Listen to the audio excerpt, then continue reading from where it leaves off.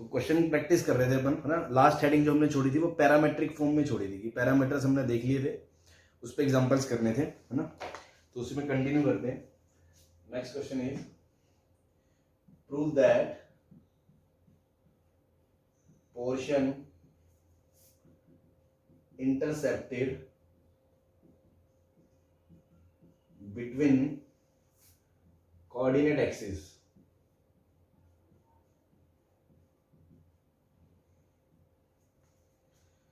of any tangent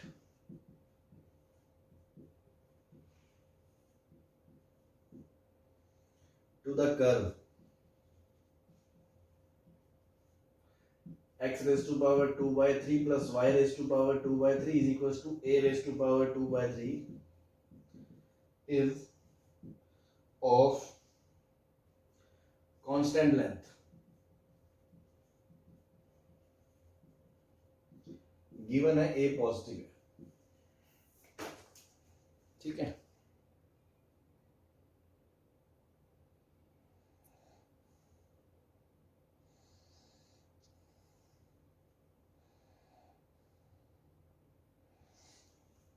तो again question अपन इस तरह कर चुके हैं कि कोई कर्व है, उस पर कोई टेंजेंट है पॉइंट पे, वो जो टेंजेंट है वो कोऑर्डिनेट एक्सिस पे जो पोर्शन इंटरसेप्ट कर रही है ये ए बी, तो ए बी जो लेंथ है वो आपको प्रूव करनी है क्या है, कांस्टेंट है, ये आपको प्रूव करना है, ठीक है।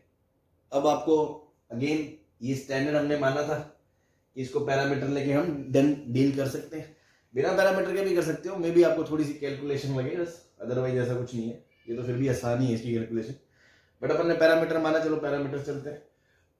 तो मान लो let any point on the curve is a cos cube theta and a sin cube theta, ये हमने कोई पॉइंट मान लिया इस पे, पॉइंट ऑफ कांटेक्ट।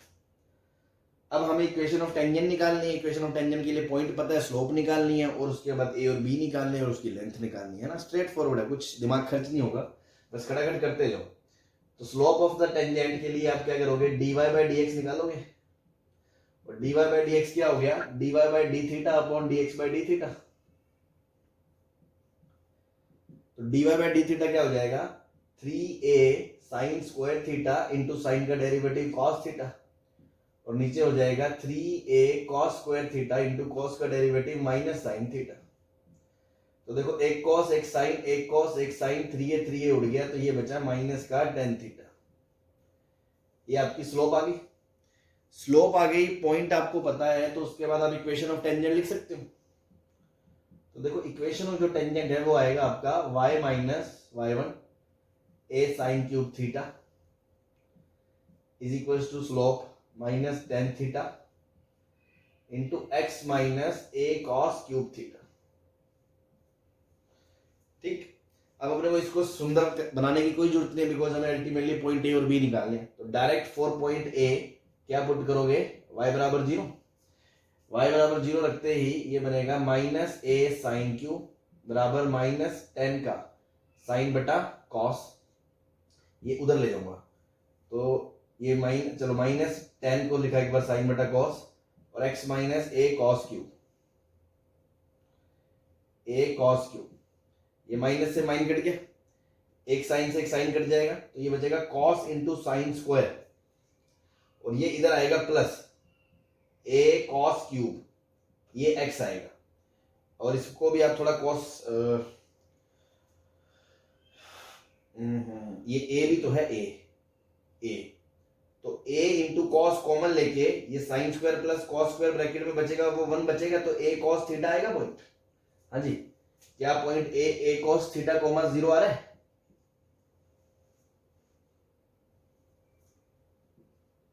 बोलो। Yes sir.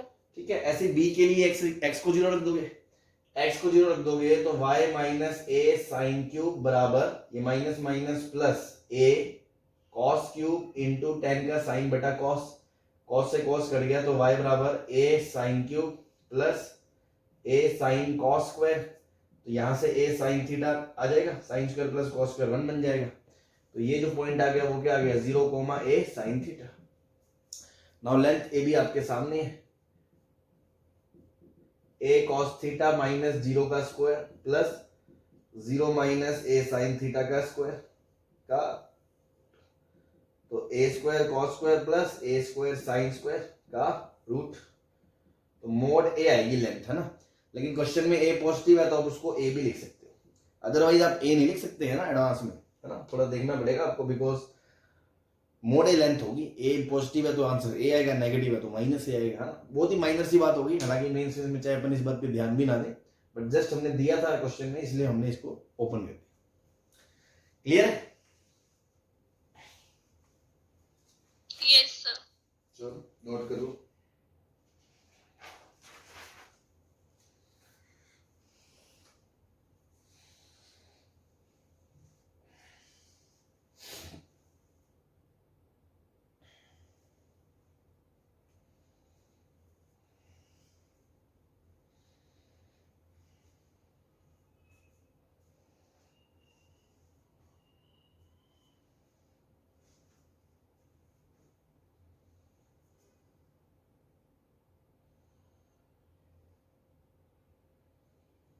चले आगे, बता दे। Yes sir.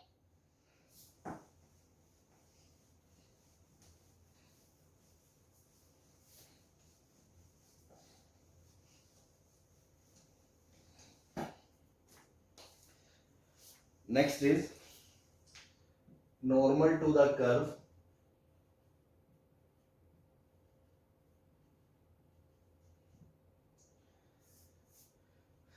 x बराबर a 1 plus cos theta, y बराबर a sin theta, always passes through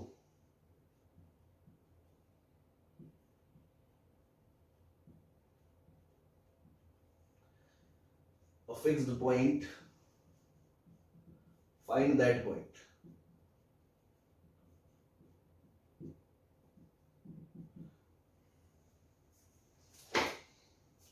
ठीक है, देखो जाने को अपन ट्रेडिशनल तरीके से जाएंगे, चलो पहले, फिर मैं आपको दूसरा स्मार्ट तरीका बताऊंगा। ट्रेडिशनल तरीका तो क्या होगा, आपके सामने क्वेश्चन आया, आप क्या करोगे, इक्वेशन ऑफ नॉर्मल निकालोगे, तो आप क्या करोगे, पहले dy बाई डी एक्स निकालोगे, dy बाई डी एक्स क्या हो गया, dy by D theta upon dx by D theta, dy by D theta क्या हो जाएगा a cos थीटा, और वो बन जाएगा a cos का डेरिवेटिव माइनस साइन थीटा, ये कट के बन जाएगा माइनस का cot थीटा। तो ये स्लोप ऑफ टेंजेंट है, तो स्लोप ऑफ नॉर्मल क्या आ जाएगी -1 upon minus cot that is tan theta. ये स्लोप ऑफ नॉर्मल आ गई, स्लोप ऑफ नॉर्मल आ गई, तो इक्वेशन ऑफ नॉर्मल क्या हो जाएगी, इक्वेशन ऑफ नॉर्मल हो जाएगी y minus x coordinate, y coordinate a sin theta बराबर slope tan theta into x coordinate x minus a minus a cos theta. अब वो क्या कह रहा है कि ये जो नॉर्मल है वो हमेशा एक फिक्स पॉइंट से पास करती है, तो वो पॉइंट बताओ। तो आपको फिक्स पॉइंट सुनते ही क्या याद आता है, आज तक आपने ऐसी चीज क्या पढ़ी है कि फिक्स पॉइंट सुनते ही कान खड़े हो जाए कि हाँ सर ये होगा इसके बाद,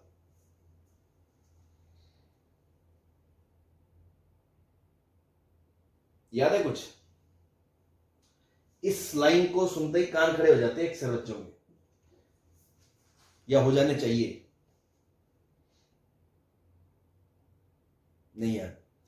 स्ट्रेट लाइन में आपने पढ़ा होगा कि दो लाइनों के पॉइंट ऑफ इंटरसेक्शन से पास होने वाली कोई भी लाइन को लिख सकते हो L1 प्लस लैम्डा L2 बराबर 0, फैमिली ऑफ लाइंस। तो कभी भी आप दो लाइन के लिए ऐसा कोई कंडीशन ले आओ तो वो जो लाइन होती है वो हमेशा फिक्स पॉइंट से पास होती है, and that point is the point of intersection of L1 and L2। याद है?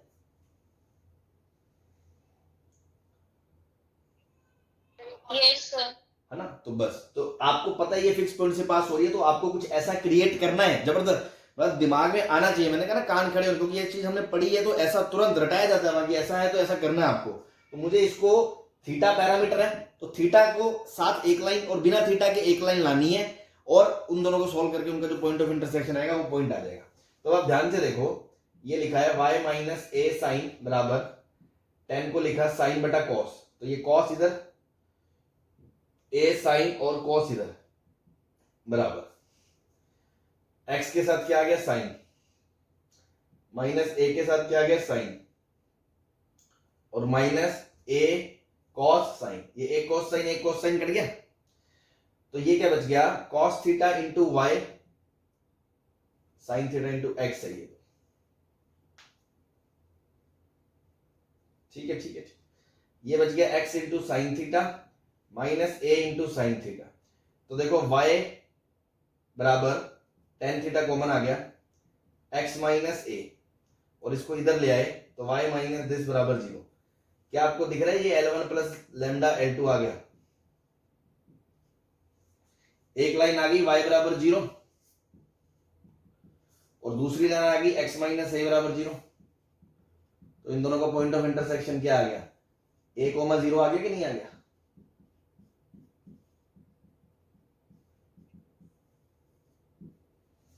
हाँ जी,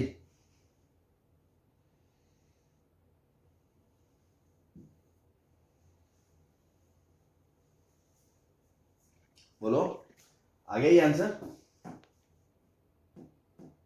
यस सर। अब देखो शॉर्टकट, जो बच्चा थोड़ा शिकारी आंखें रखेगा वो पहचान लेगा वो कि इतना ड्रामा करने की जरूरत क्या है।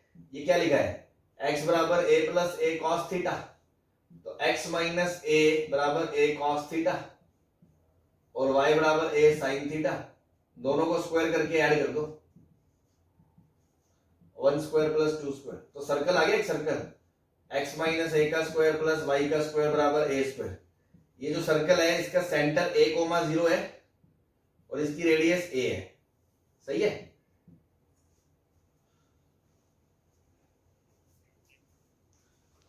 Yes sir. तो सर्कल की कोई भी नॉर्मल सेंटर से पास होती है कि नहीं होती है।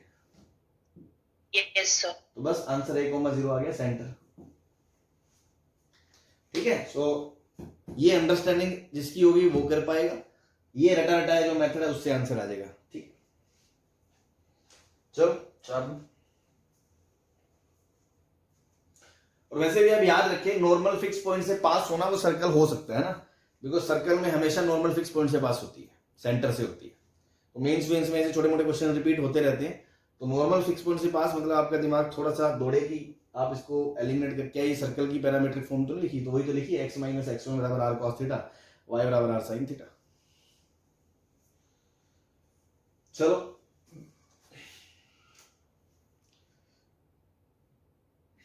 नोट कर लिया तो बता दो, चले आगे।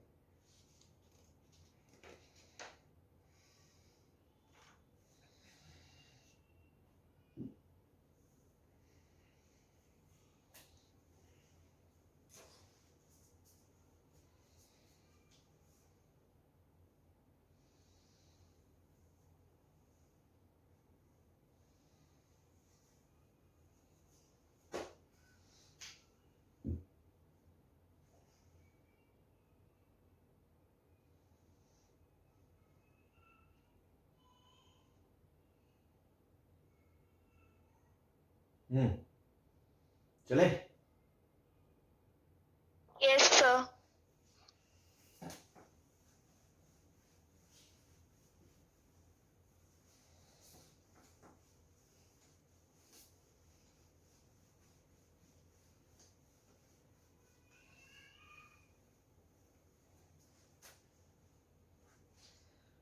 next is find equation of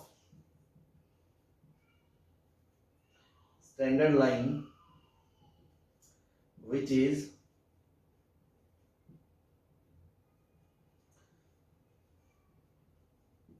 tangent at one point and normal at other point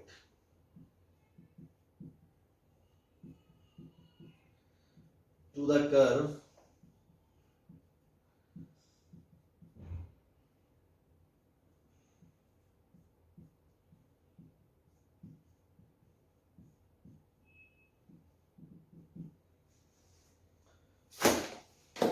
ठीक। तो कुछ गरीब जनता तो पहले यही सोचती है ऐसा क्यों हो, कैसे होगा, तो ऐसा हो सकता है, that is not a big deal भाई। एक ये जो टेंजेंट है ठीक, ये यहाँ पे नॉर्मल है, क्या खास बात हो गई,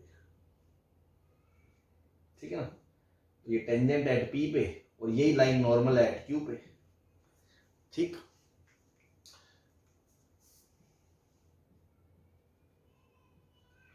ठीक है जी। तो देखो आपको इसको देख के याद आ रहा है कि कल मैंने आपको एक, कल या परसों वाई स्क्वायर एक्स क्यूब की पैरामेट्रिक फॉर्म बताई थी कि T square T cube T6 आ जाएगा, याद है। Yes, sir. तो ये शिफ्टिंग ऑफ ओरिजिन तो कोऑर्डिनेट में हम खूब करते हैं, इसको कैपिटल वाई मान लो, इसको कैपिटल एक्स मान लो।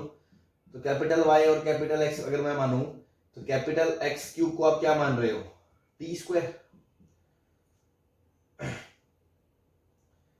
मतलब x माइनस 3 को आप क्या मान रहे हो, कैपिटल x को आप क्या बोल रहे हो, टी स्क्वायर, और x माइनस 3 को क्या बोल रहे हो, टी स्क्वायर। तो स्मॉल x बराबर क्या हो गया, टी स्क्वायर प्लस 3। ऐसे कैपिटल y को आप क्या मान रहे हो, टी क्यूब, तो y प्लस 1 क्या हो गया, टी क्यूब, तो y की जगह क्या हो गया, टी क्यूब माइनस 1। तो आप पैरामीट्रिक फॉर्म ले सकते हो T square plus 3 comma T cube minus 1 ले सकते हो।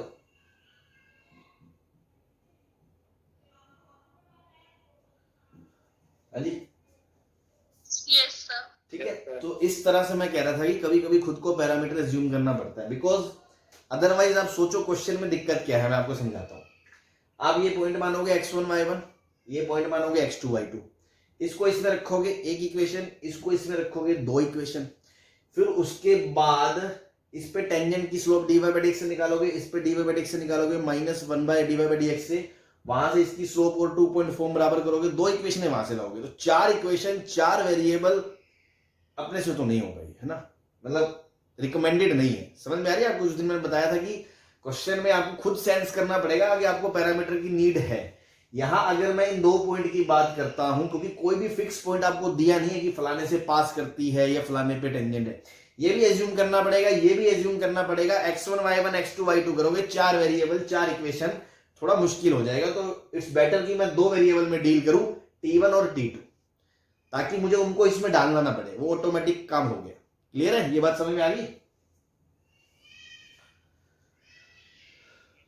Yes, sir. बस, तो अब मुझे पॉइंट्स को इनमें डालना ही नहीं है, तो मैंने p पॉइंट को ले लिया t1 square plus 3 comma t1 cube minus 1, and q point को ले लिया t2 square plus 3 comma t2 cube minus 1। Now I have to get two equations in t1 and t2। वो कहां से आएंगी, वो हमने बताया था बेसिक फंडा की शुरू में मेथड बनिया, तो पॉइंट मानो, टेंजेंट लिखो, उसको इससे पास कराओ। ये शिकारी मेथड क्या था कि इसकी नजर से स्लोप देखो और टेंजेंट की नजर से स्लोप देखो।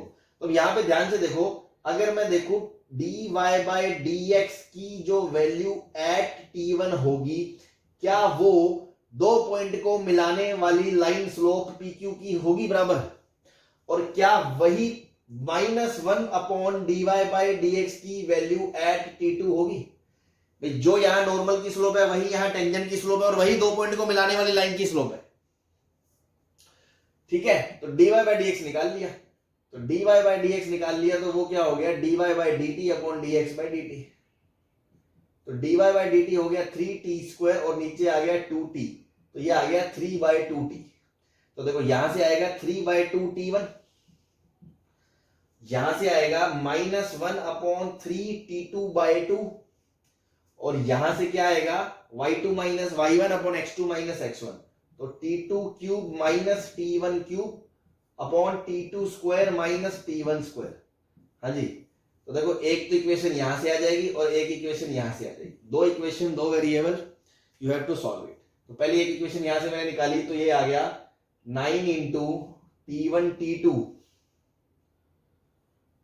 Bye 4 is equals to -1। तो t1 t2 बराबर कितना आ गया, -4 बाय 9 आ गया। एक इक्वेशन तो आ गई इनकी। दूसरी इक्वेशन किसी भी एक को सॉल्व कर लो, या तो इसको इसके बराबर कर लो या इसको इसके बराबर कर लो। तो सपोज मैंने इन दोनों को बराबर कर दिया, तो ध्यान से देखो 3 बाय 2 t1, इधर से देखो फैक्टराइज कर दो, a cube minus b cube, तो t1 square plus t2 square plus t1 t2, नीचे t2 minus t1 into t1 plus t2। हाँ भाई, क्या मैं ये उड़ा सकता हूं क्या, बोलो।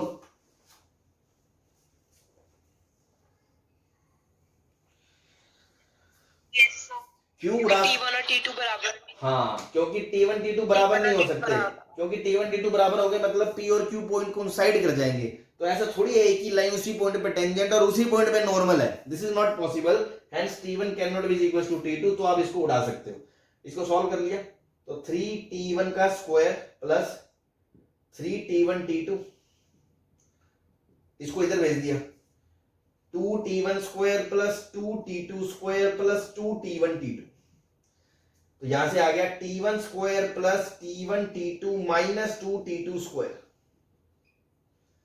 ठीक है, अब देखो यहां से मैं T2 से डिवाइड कर दूं अगर, तो ये T1 बाई T2 का square plus T1 by T2 minus 2 बराबर 0 आ गया। तो T1 बाई T2 को अगर मैं कैपिटल T बोल दूं तो एक क्वाड्रेटिक बन गई,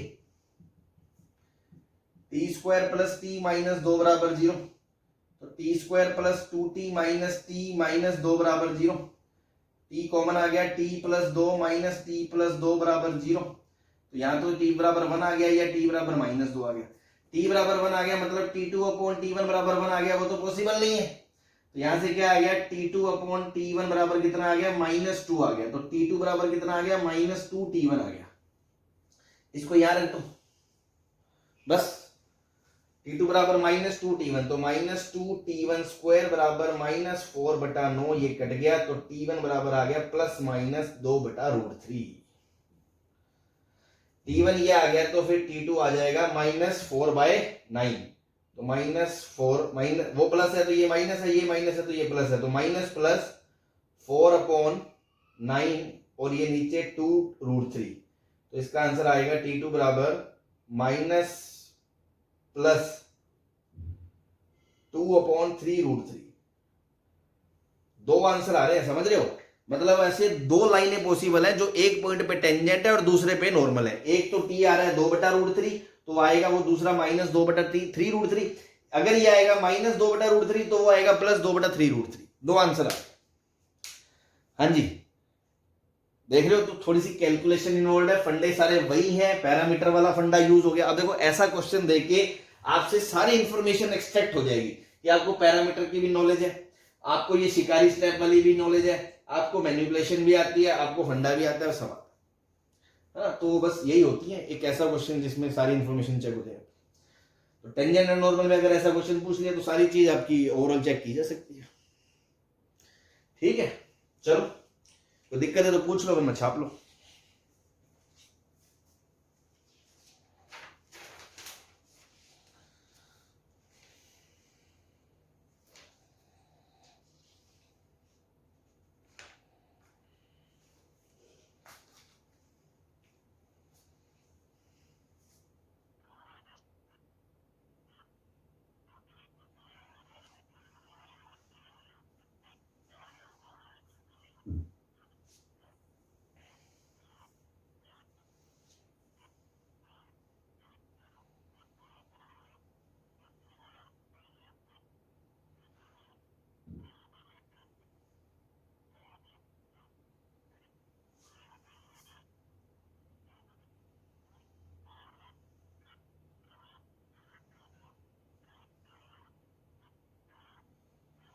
हाँ जी, छाप लिए सबने तो चले। Yes, sir.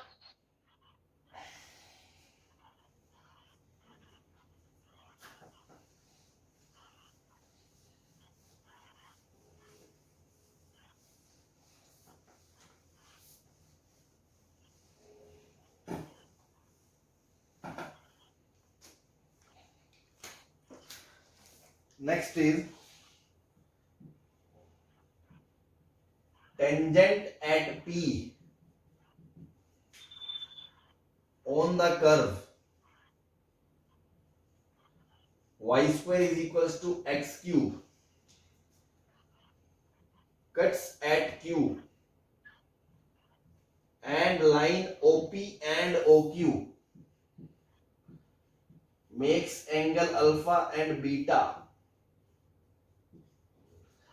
with positive direction of x-axis.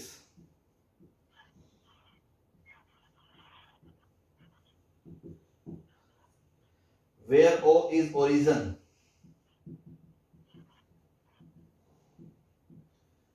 Find the value of tan alpha upon tan beta. तो देखो मैंने पहले बताया था शुरू में जब ये चैप्टर शुरू हुआ था कि इस चैप्टर में थोड़े ऐसे वर्ड प्रॉब्लम्स आते हैं, तो गरीब आदमी को लेटाना हो वैसे 3-4 लाइन में क्वेश्चन बना दो, खत्म हो जाती है उसकी कहानी। वो पढ़ेगा क्या, सुनेगा क्या, समझेगा क्या, बस खत्म, उसका पेशेंस खत्म हो जाता है ना। लेकिन भाई हमें करना है ना, तो सबसे पहले तो क्वेश्चन को समझे। तो देखो 3 मिनट के अंदर, मतलब एक मोटा मोटा 2.5 से 3 मिनट के अंदर आपको क्वेश्चन पढ़ के फ्रेम करके उसको जो भी आपके फंडे हैं वो लगा के सॉल्व करके आंसर ला के टिक करना होता है। तो सारी चीज प्रैक्टिस पे रहती है। सबसे पहली तो चीज आपकी क्लियर कॉन्सेप्ट है ना, वो अगर आपने अच्छे से वीडियो लेक्चर मतलब जो भी अब आप देख रहे हो इंटरेक्शन जो होता है लाइव लेक्चर्स में या जो भी रिकॉर्डेड मोड में देखते हो, उसके बाद आपका प्रैक्टिस एंड उसके बाद डाउट क्लियरेंस है ना, फिर आपकी स्पीड मैटर करती है।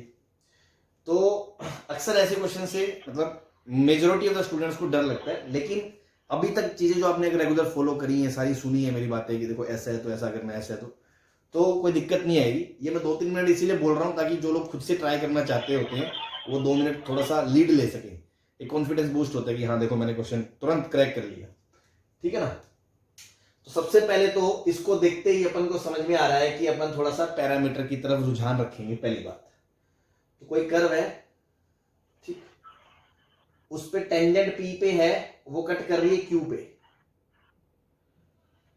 देखो अब इनमें क्या है, इसमें टफनेस पता है क्यों हो जाती है। जैसे शुरुआत के जो क्वेश्चन थे ना उसमें होता है टेंजेंट एक पुराना पॉइंट दे देता है, या दूसरा टाइप का था पॉइंट देके उससे पास करवाता था, वो सब चीजें थोड़ी सी स्टैंडर्डाइज। इसमें थोड़ा कोई पॉइंट नहीं है, कोई शॉर्ट नहीं है ना, तो बच्चों को लगता है यार ये सब क्या आ गया, तो थोड़ा सा मैनिपुलेट करना पड़ता है। और जेई में तो देखो आना ही है भाई, आईआईटी में तो आनी ही है क्वेश्चन है ना। चलो मेंस में मान लिया कि थोड़े इजी कैटर के आते हैं, स्ट्रेट फॉरवर्ड से 2-3 स्टेप का क्वेश्चन आ जाता है। मेंस में तो बड़े बड़े क्वेश्चन आते ही हैं आईआईटी में, तो अपन को प्रैक्टिस तो उस हिसाब से करनी ही है। तो let the point P T square comma T cube, ठीक है ना, ये ऑब्वियस है, T1 square comma T cube. दूसरा पॉइंट हो जाएगा T2 square comma T2 cube. क्यों मैंने टी में क्यों लिया सर, अगर आप x1 y में लोगे तो आपके 4 वेरिएबल आएंगे। देखो यहाँ पे x1 y1, यहाँ पे x1 y1, 2 तो सेटिस्फाई करवा के फिर 2 इक्वेशन चारों मिल जाएगी। बट सोचो एक तो 4 इक्वेशंस को मैनेज करना और एक 2 इक्वेशंस को मैनेज करना, ऑब्वियस सी बात है 2 इक्वेशन को मैनेज करना ज्यादा इजी है, दैट्स व्हाई पैरामीटर यूज कर रहे हैं। और कोई इसका लॉजिक नहीं है कि सर हमें सपना आएगा क्या, कब यूज करनी है। सपना क्यों आएगा, आपको लॉजिकली बता रहे हैं, आप भी वो चीज फॉलो करो। तो ये पॉइंट हो गया। नाउ ऑब्वियसली शिकारी नजर की स्लोप एट पी, मतलब टेंजेंट की slope dy by D X at P किसके बराबर होगा, slope of the line joining P Q, ये होगा। यहां पे और यहां पे ये बराबर होगी स्लोप। तो dy बाई डी एक्स क्या है, 2y इंटू वाई डैश बराबर 3x स्क्वायर। तो y डैश बराबर कितना आ गया, 3/2 x स्क्वायर अपॉन y। चाहे तो dy by D T upon dx by dt से कर लो, उस पर कोई दिक्कत नहीं है, बट ये इजी था, मैंने सीधा ही कर लिया। तो x की वैल्यू रख दी टी क्यूब और नीचे y की वैल्यू रख दी, सॉरी x की टी स्क्वायर, तो टी स्क्वायर की पावर स्क्वायर टी की पावर 4 हो गया, और y की कितनी है टी क्यूब, तो वैल्यू कितनी आ गई 3/2t आ गई। सही है, 3/2t इसकी स्लोप आ गई। और अगर dy बाई dt से करोगे तो भी हमने कराई था 3t स्क्वायर अपॉन 2t, तो भी 3/2 ही आना। तो यहां से तो आ गया ये 3/2t1 बराबर 2 पॉइंट को जोड़ने वाली स्लोप, तो t2 cube minus t1 cube upon t2 square minus t1 square. तो देखो फैक्टराइज वेक्टराइज कर लोगे, t2 माइनस t1 उड़ा दोगे क्योंकि t1 t2 बराबर नहीं है, तो भी आप यहां तक पहुंचोगे t2 square plus t1 square plus t1 t2 upon t2 minus t1 t1 plus t2 is equal to 3/2 t1। क्योंकि t1 बराबर t2 नहीं है तो कोई दिक्कत नहीं है, उड़ा दिया। अब भी सोचो आपके पास एक ही इक्वेशन है और वेरिएबल कितने हैं t1 t2, तो एक इक्वेशन से 2 वेरिएबल नहीं आ सकते, मतलब आपको t1 t2 की अलग अलग वैल्यू नहीं मिलेगी। अच्छा तो फिर जो पूछा है ना तो उसमें पक्का वो t1 अपॉन t2 या t1 इंटू t2 का ऐसा कुछ चीज इकट्ठी चाहिए होगी जो एक इक्वेशन से आ जाएगी, ठीक है ना। Practically it is not possible कि आप t1 t2 अलग अलग निकाल लो। तो पहले आप इसको भी तो एनालाइज करो कि मुझे चाहिए क्या, मुझे चाहिए क्या, है ना। तो आप थोड़ा सा ध्यान से देखो, उसने जिक्र करा है ओ ओरिजिन का और ओपी और ओक्यू लाइनों का। तो दुनिया में कहीं ओरिजिन होगा, दुनिया में कहीं ओरिजिन होगा और इसको मैं पी से मिला दूंगा तो ये लाइन ओपी है जो एंगल अल्फा बना रही है, और ऐसी ये लाइन कहीं ओक्यू होगी वो एंगल बीटा बना रही है। तो आपको साफ साफ दिख रहा है कि जो ओपी लाइन की जो स्लोप है एमओपी वो कितनी है 10 अल्फा, और ओक्यू लाइन की जो स्लोप है वो कितनी है 10 बीटा। अब स्लोप को टी से रिलेट करो तो देखो यहां पे भी इसकी स्लोप 10 अल्फा है, और ये अगर point t1 t square upon t cube है तो यहां पे भी तो t1 cube minus 0 upon t1 square minus 0 से आप इसको t1 बोल सकते हो, ऐसे इसको t2 बोल सकते हो। तो क्या आपको ये बात समझ में आ गई कि अच्छा t1 10 अल्फा अपॉन 10 बीटा, मतलब वो क्या पूछना चाह रहा है आपसे, t1 अपॉन t2 पूछना चाह रहा है। हाँ जी, ये बात क्लियर है सबको? Yes, sir. तो बस ये शिकारी खेल था। अब t1 अपॉन t2 आप, मतलब बच्चों को ये नहीं समझ में आता ये है क्या, पहले ये आप, अब देखो डायग्राम पिक्चर कॉन्सेप्ट क्लियर है तो आपने यहां से एनालाइज कर लिया कि ये चाहिए। अब यहां से t1 upon t2 is not a big deal, है ना, क्रॉस मल्टीप्लाई 3t1 स्क्वायर 3, ये पिछले वाली इक्वेशन ही तो बन गई जो मैंने अभी पीछे सोल्व करी थी, वही है ना ये t1 square plus t1 t2 minus 2t1 square. अभी सोल्व करा था हमने, t1 t2 के दो आंसर आए थे, 2 और -1, -1 तो सॉरी -2 और 1, तो 1 तो रिजेक्ट हो जाएगा तो -2 आ जाएगा। सही है, लास्ट क्वेश्चन में यही इक्वेशन बनी थी आपने अगर एनालाइज किया हो तो।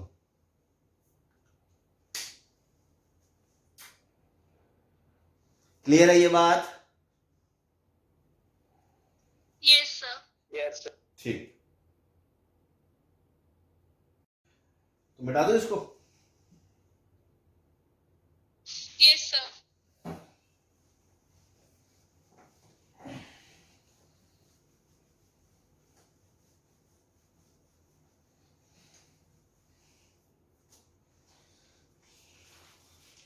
Next question is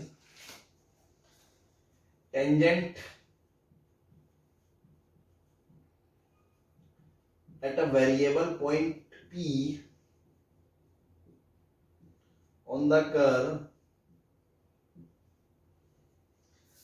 y is equals to x square minus x cube meets the curve again at Q. Show that locus of midpoint of PQ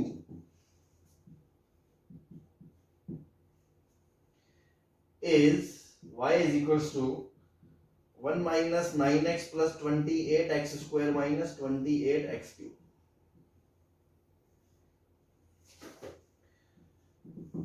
ठीक है जी, अगेन एक पॉइंट कर्व P पे टेंजेंट दोबारा Q पे cut करती है, तो P का जो मिड पॉइंट है M, उसका लोकस मान लो h, k है ना, वो निकालना है आपको। अगेन आपको समझ में आ गया होगा, अब 2-4 क्वेश्चन देखते देखते कि x1 y1 x2 y2 मान के 4 इक्वेशन को लेने का कोई फायदा नहीं है, आप पैरामेट्रिक फॉर्म ले लो। और चिल्ला चिल्ला के वो कह रहा है x को t मानोगे तो y कोऑर्डिनेट क्या हो जाएगा t square minus t cube, तो ये पॉइंट हो जाएगा t1 t1 square minus t1 cube, और ये हो जाएगा t2 t2 square minus t2 cube. यहां तक किसी को कोई फड़फड़ाहट?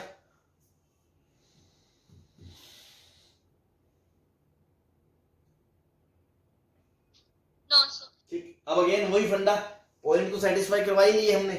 यहां से यहां की नजर से देखोगे तो टेंजेंट की स्लोप, इन दोनों पॉइंट की नजर से देखोगे तो दो पॉइंट को मिलाने वाली स्लोप, तो dy by dx at p बराबर y coordinate of q minus y coordinate of p upon x coordinate of q minus x coordinate of p, है ना, ये है स्लोप ऑफ pq लाइन। बस तो dy बाय dx निकाल लो, y dash कितना है 2x माइनस 3x स्क्वायर, तो x की जगह t1 रखोगे तो क्या आएगा 2t1 minus 3t1 square is equals to y2 minus y1, तो देखो t2 square minus t2 cube minus t1 square minus t2 t1 cube, तो आप इसको ऐसे लिख सकते हो t2 square minus t1 square minus t2 cube minus t1 cube, सही है, और नीचे आ जाएगा t2 माइनस t, तो देखो यहां से फैक्टर कर जाएगा 2t माइनस t1, क्योंकि t1 इज नॉट t2 तो अब इसको उड़ा दो, तो ये बचेगा t1 प्लस t2, यहां से क्या बचेगा T1 square plus T2 square plus T1 T2, और यहां से क्या बचेगा 2T1 माइनस 3T1 का स्क्वायर। ये एक इक्वेशन आ गई। अब आपको लोकस निकालना है H और K का, तो आपको 3 इक्वेशन चाहिए जिसमें H हो K हो और T1 T2 एलिमिनेट करने पड़ेंगे। तो 2 इक्वेशन तो बच्चा बच्चा जानता है, ये मिड पॉइंट से ले आओगे। H बराबर कितना T1 प्लस T2 बाई 2 और K बराबर कितना T2 square minus T2 cube, again T2 square minus T plus चाहिए ना, T2 square minus T2 cube plus T1 square minus T1 cube upon 2। तो देखो 3 equation, you have to eliminate 2 variables T1 and T2, 3 equation and eliminate 2 variable T1 and T2, you will get required locus। Last में HK को क्या रख दोगे X और Y, तो आपका ये आंसर आ जाना चाहिए। देखो इसको थोड़ा सिंप्लीफाई करके देखो, ये है 2T1 माइनस 3T1, ये सबको एक तरफ ले जाओ ना, इसको उठा के इधर ले जाओ, तो ये 3T1 स्क्वायर आएगा, इधर माइनस का 2T1 आएगा, ये प्लस का T1 है, ये प्लस का T2 है, ये माइनस का T1 स्क्वायर है, ये माइनस का T2 स्क्वायर है, ये माइनस का T1 T2 है बराबर 0 है। तो 3T1 square minus T1 square कितना बचा 2T1 स्क्वायर,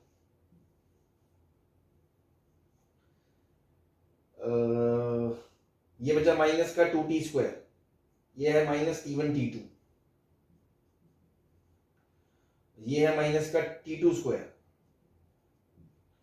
ये है माइनस का T1 प्लस का T2 बराबर 0, या इसको इधर ले जाओ तो ये लिखा है T1 माइनस T2, इसको फैक्टराइज करो तो 2T1 का square minus 2T1 T2 plus T1 T2 minus T2 का स्क्वायर बराबर T1 माइनस T2, कॉमन ले लिया 2T1 तो T1 minus T2 plus T2 common ले लिया T1 माइनस T2 बराबर T1 माइनस T2।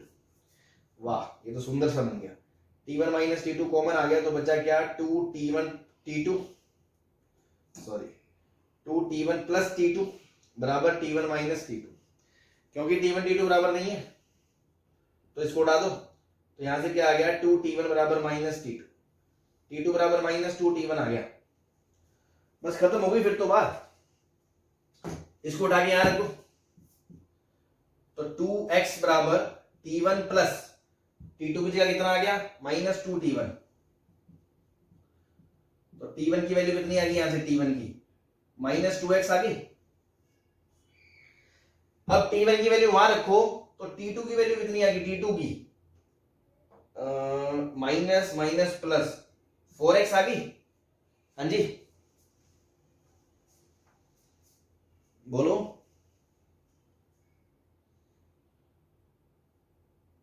हाँ भाई यस सर।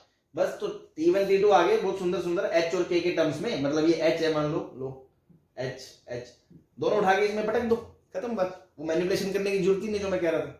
तो K बराबर T2 स्क्वायर मतलब 16H square minus T2 cube, तो T2 का क्यूब तो 4 16 64 minus 64H cube, T1 square plus 4H square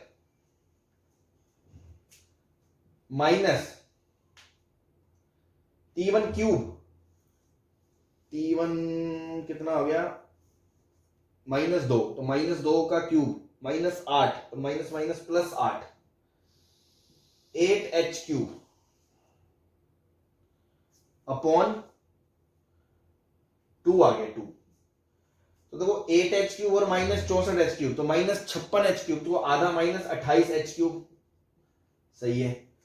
16 और 4 20, आंसर सही है यार, अपना कुछ गड़बड़ कर दी।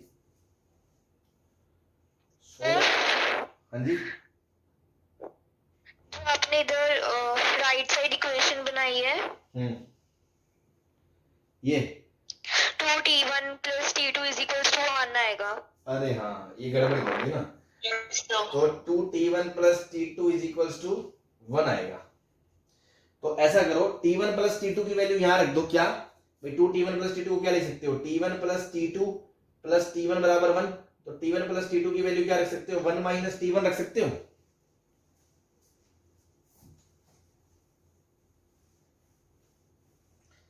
तो T1 प्लस T2 की वैल्यू क्या रख दी, 1 माइनस T1, तो 1 माइनस T1 बराबर 2H, तो T1 की वैल्यू कितनी आ गई, 1 माइनस 2H आ गई।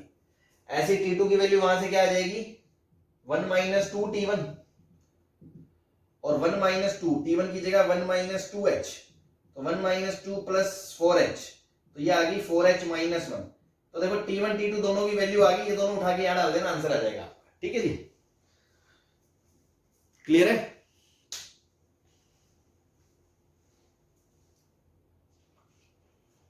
बोलो भाई।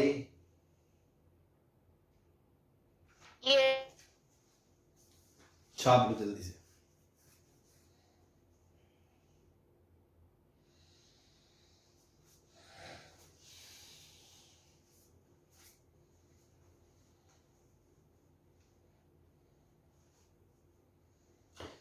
लास्ट वाले जितने भी मैंने 2 4 5 क्वेश्चन, 2 3 आज कराए हैं, 2 4 जो कल कराए थे, है ना, सब मिसलेनियस कैडर के क्वेश्चन है। और वही छोटे छोटे फंडे जो शुरू के 3 4 दिनों में आपको सिखाए, उन सबका इकट्ठों का इम्प्लीमेंट है यहाँ, है ना। तो वो इसीलिए पहले बेसिक पढ़ा के फिर आपको ये मिसलेनियस कैटेगरी कराए। बिठा दो इसको। Yes sir. चलो। Yes sir.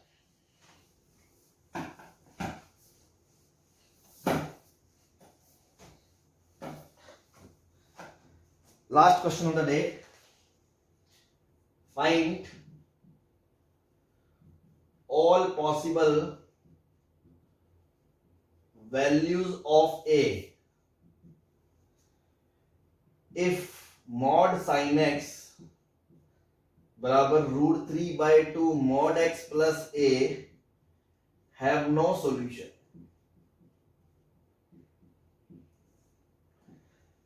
ठीक है, इस तरह के क्वेश्चन देखो ग्राफ से ही होते हैं, है ना।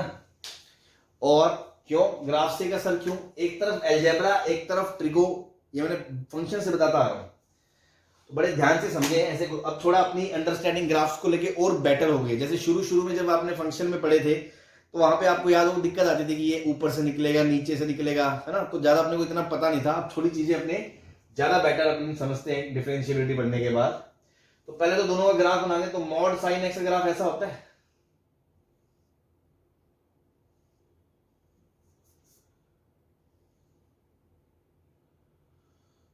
ठीक, ये मॉड साइन एक्स का ग्राफ है। और मॉड एक्स का ग्राफ ऐसा होता है। अब आपको इसको और इसको एक ही फॉर्म पे बनाना है। सपोज मान लो मैं कह रहा हूं ए अगर 0 है तो क्या होगा, क्योंकि ए से क्या होगा, ए से तो ग्राफ ऊपर नीचे शिफ्ट ही होगा ना भाई। ये मान लो एफ एक्स का ग्राफ है और ये जी एक्स का ग्राफ है। अब एफ एक्स का ग्राफ और जी एक्स का ग्राफ, ये मैंने फंक्शन में बताया था आपको कि एफ एक्स बराबर जी एक्स को सॉल्व करने के लिए एफ एक्स का ग्राफ बना लो, जी एक्स का ग्राफ बना लो, दोनों जितनी जगह इंटरसेक्ट करें उतने सोल्यूशन आते हैं, बताया था ना।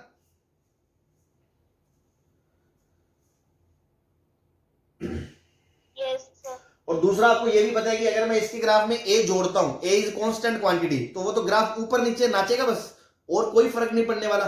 तो मैं शुरू ए 0 लेके शुरुआत कर रहा हूं कि ए 0 पे क्या सीन है, फिर ए बढ़ाऊंगा तो क्या होगा, घटाऊंगा तो क्या होगा, हर एक चीज को एनालाइज करूंगा, देन मैं अपना कंक्लूजन दूंगा। ठीक है, तो मैं पहले ए 0 ले रहा हूं। ए 0 पे अब आपको पता है कि अब दिक्कत पता है कि गरीब आदमी, जब शुरू में था तो अपन को पता नहीं है कि ये मोड एक्स नीचे से जाएगा या ये मोड एक्स यहां से जाएगा या ये मोड एक्स ऊपर से जाएगा। तो अब आपको थोड़ा पता है अगर, तो कोई बताएगा मोड एक्स ये ग्राफ कहां से जाएगा।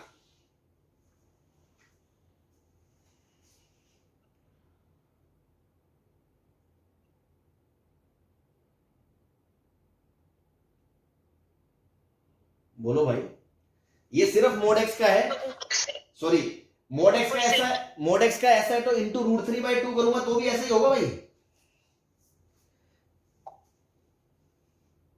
साइन एक्स से ज्यादा स्लोप होगी।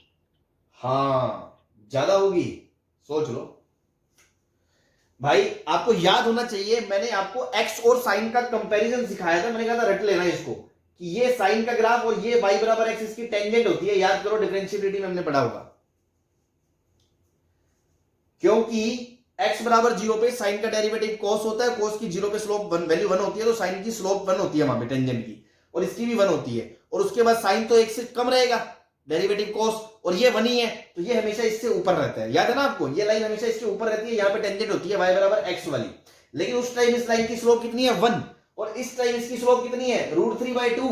इधर वाला तो -√3/2x होगा। तो √3/2x से छोटा होता है बड़ा होता है?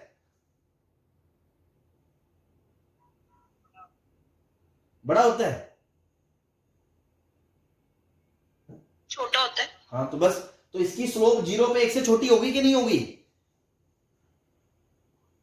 Yes sir. तो ये लाइन नीचे से नीले वाले को काट के जाएगी या टच होके जाएगी या ऊपर से जाएगी? नीचे से। हाँ, ये डिसीजन ही तो इंपोर्टेंट रोल प्ले करते हैं, बिकॉज ये क्रूशियल नॉलेज आ गई अब आपकी ग्राफ की, तो यहां आपको इसके बिना काम नहीं बनेगा आपका। तो अब आपको पता है नीचे से जाएगा, नीचे से जाएगा, चलो ठीक है। अब थोड़ा ये भी देख लें कि x बराबर π/2 पे लेफ्ट साइड तो वैल्यू 1 ही देगा, लेकिन राइट वाला कितनी दे देगा π/2 पे? ये वैल्यू है पाई इंटू √3, तो पाई की वैल्यू लगभग 3.14 और इसकी वैल्यू लगभग 1.7, तो 17 68 6 17 6 23 2 51 2 53 5.3/2। तो देखो π/2 पे √3x/2 की वैल्यू तो 2 पॉइंट समथिंग होगी।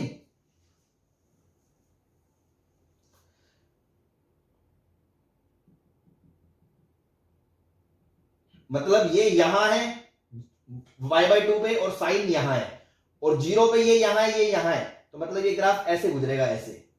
क्या ये समझ रहे हो मैं ये कहना चाह रहा हूं?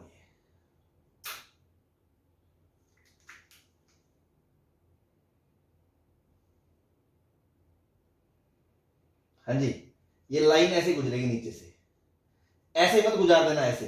क्यों? आपको π/2 पे वैल्यू देखनी पड़ेगी ना, π/2 पे ये साइन तो 1 ही होगा, और ये वैल्यू तो 1 से कहीं आगे निकल गई, मतलब इससे पहले ही ये 1 हो गया होगा कहीं। ये 1 कब होगा? 2/√3 पे, और 2/√3 कितना होता है? 2/√3 होता है 2/1.7, 1 पॉइंट समथिंग, लगभग 60 डिग्री के आसपास हो गया होगा। तो π/2 से तो पहले गिर जाएगा ना वो वैल्यू। ये 2/√3 होगी कि नहीं होगी?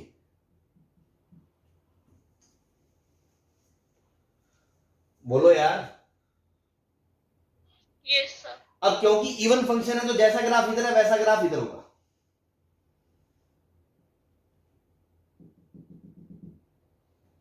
ठीक है जी। अब आप सोचो, अब आपने शुरुआत तो कर दी, चलो, है ना, बिना इसके तो शुरुआत ही ना होती। अब आप सोचो कि अब ये दोनों एक दूसरे को इंटरसेक्ट कर रहे हैं, तो ये दो सॉल्यूशन आ रहे हैं कि नहीं आ रहे हैं? अब अगर मैं a को नेगेटिव लेता हूं, नेगेटिव, तो ध्यान देना, अगर मैं a को नेगेटिव लेता हूं, इस केस में a 0 है, तो a को नेगेटिव लेता हूं, तो क्या ये लाइन ऐसे नीचे नहीं जाएगी, खिसकेगी नहीं?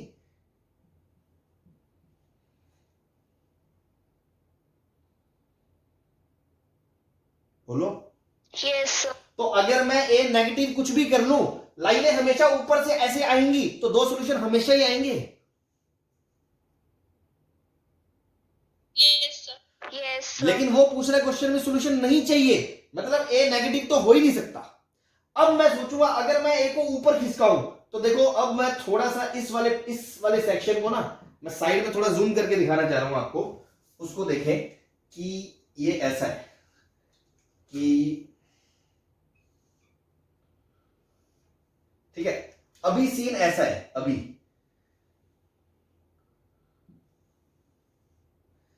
फिर थोड़ा सा a पॉजिटिव कर दूंगा तो ये खिसक के यहां आ गया, मान लो सपोज,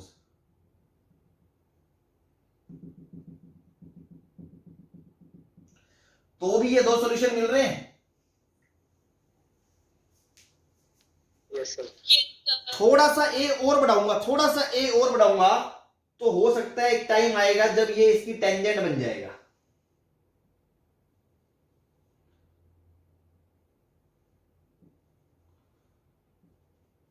इस टाइम पे भी ये दो सॉल्यूशन देगा।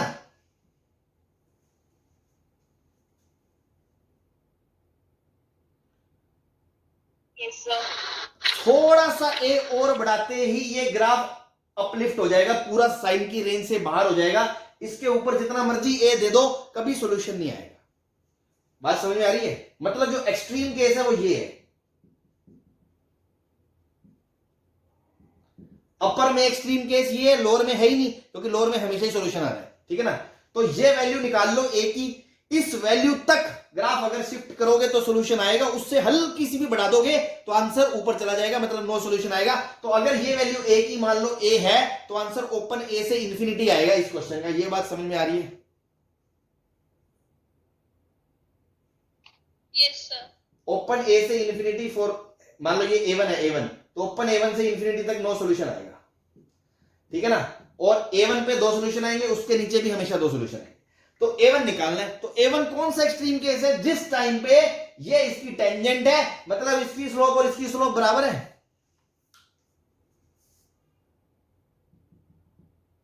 Yes sir. तो उस टाइम पे वो x क्या होगा, वो x क्या होगा वो जानना चाह रहा हूं मैं, x1। तो उस टाइम पे दोनों की स्लोप बराबर है, तो मतलब साइन की स्लोप cos x1, साइन की स्लोप बराबर √3/2 x की स्लोप। तो √3x/2 x की स्लोप √3/2, तो cos x बराबर √3/2, मतलब x बराबर कितना हो गया, π/6। x बराबर उस टाइम पे कितना होगा, π/6 होगा। उस टाइम पे x π/6 होगा, ठीक है। और यहां पे अगर उस टाइम पे दोनों ग्राफ टच कर रहे हैं तो दोनों की स्लोप तो बराबर होगी ही होगी और दोनों की वैल्यू भी बराबर होगी। Also both have same value, और उस टाइम पे सेम वैल्यू होगी तो जो इसकी वैल्यू है, इसकी वैल्यू तो क्या होगी, साइन π/6, और इसकी वैल्यू क्या होगी, x बराबर π/6 पे √3/2 इंटू π/6 प्लस a, होगी कि नहीं होगी?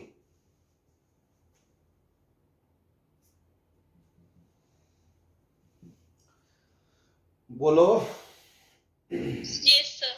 तो आंसर आ गया हाफ माइनस π√3/12। इस वैल्यू के लिए इतना जब इसको शिफ्ट कर दोगे तो उस टाइम पे ये टेंजेंट बनेगा, और उससे हल्का सा भी ज्यादा करते ही ये ऊपर चला जाएगा, नो सॉल्यूशन आएगा। तो नो सॉल्यूशन के लिए आंसर आएगा हाफ माइनस π√3/12 टू लेके इंफिनिटी तक। ठीक है जी, स्टार लगा लेना। समझाने में तो जोर आता ही है, समझने में भी आता है ना। तो आप समझ गए, अच्छी बात है। थ्योरेटिकल नॉलेज अच्छी होगी तो ये समझ आएगा, अदरवाइज ये क्वेश्चन कोई काम का नहीं है किसी को वरना समझ नहीं आएगा, रटने से कुछ नहीं होने वाला। हाँ जी, क्लियर है सबको, कोई परेशानी?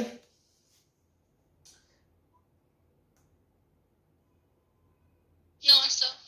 चलो ठीक है, ध्यान रखना ये मिसलेनियस कैटर के क्वेश्चन है और इंपॉर्टेंट भी है ना, जेई पॉइंट ऑफ व्यू से।